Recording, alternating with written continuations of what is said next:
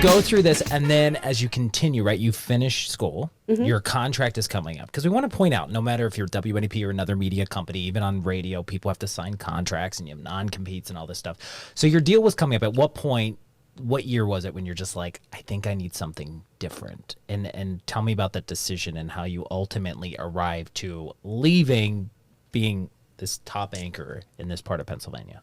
Well, the decision was also personal as well as professional. Personal meaning I was getting home rather late. You know, when you anchor a show in the evenings, I wasn't getting home until late. Dinner time is past. I haven't helped the kids with homework. I have no idea what's going on. I really felt like a stranger in my own house. So it wasn't one particular night or instance. It just felt like I needed to be a bigger part of my home life. I needed to be a bigger part of my kids' school lives. I didn't know their other parents, the parents of the other students. I didn't know them very well. It just occurred to me how absent I had been. And I feel like I missed a lot with Charlie. He's 14 now, but my younger son, Jack, is 7. And I thought, you still have a shot here with the little one, and with Charlie getting into high school, which I'm starting to see as a very age. Right. So, and I can't believe you have a 14-year-old who's taller than you. Oh, he's 5'11". He's way taller than me. Yeah. Yeah. By the way, I'm sitting here staring at you. You look the same as you did when we started working together in 2001, I swear. Oh, you're about to ask me a hard question. No. You're buttering me up, aren't you? So I guess, though, for you, you knew, one, you said you were bored and you weren't growing, right? Wasn't growing. And that's a lot of people at a lot of companies. I was there. I get it.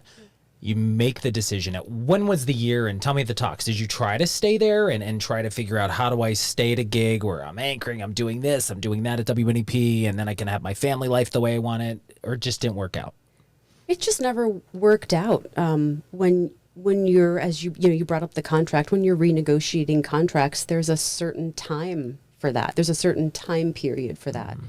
And if you don't find something within that period, there's nothing else for you. What are you going to do? I have a mortgage. I have kids going to college soon. Right. I had my own college to pay for there. And your husband, Jeff, who's super intelligent, he's also like my partner, Matt. He's like Susie Orman. He's like, well, great. Well, you need to work because we got bills to pay.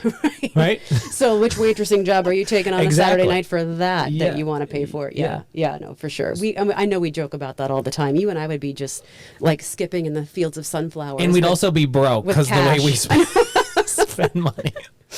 We'd have a great time, though. Yeah. So, though, ultimately, so you just realize your contract's up, another opportunity comes along. Tell me about that. Well, the other opportunity, if you're referring to WVIA, it was a little bit accidental. And in that I knew that the job was open. I knew that they were looking for a news director months and months and months before I even considered it. I did not want to be news management. I knew about the job and was telling my other friends about it. Like, hey, did you hear about WVIA? They're starting a news department. You should apply for that job. Your knee-jerk reaction right away, I don't want to be in a leadership role. Nope, not me. Which surprises me, because working with you for 20 years, you have been a great mentor to people. You were so patient, so great at helping people improve their writing. And people are blown away by that, but you're just like, eh. There's so much corporate involved in a job like that, payroll and invoices and the setting up of this and the Google Calendar meetings. And I didn't want any part of that. I thought that was even further. I wanted to run toward the creativity, and I felt like that was even further away from it. And so... So here you are, you're doing it though. Here I am doing it.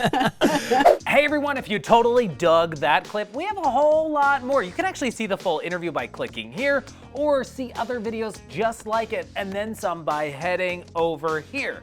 Oh yeah, nobody wants to miss out on stuff. FOMO? You don't have time for that, so subscribe to our channel so you know when the next video drops.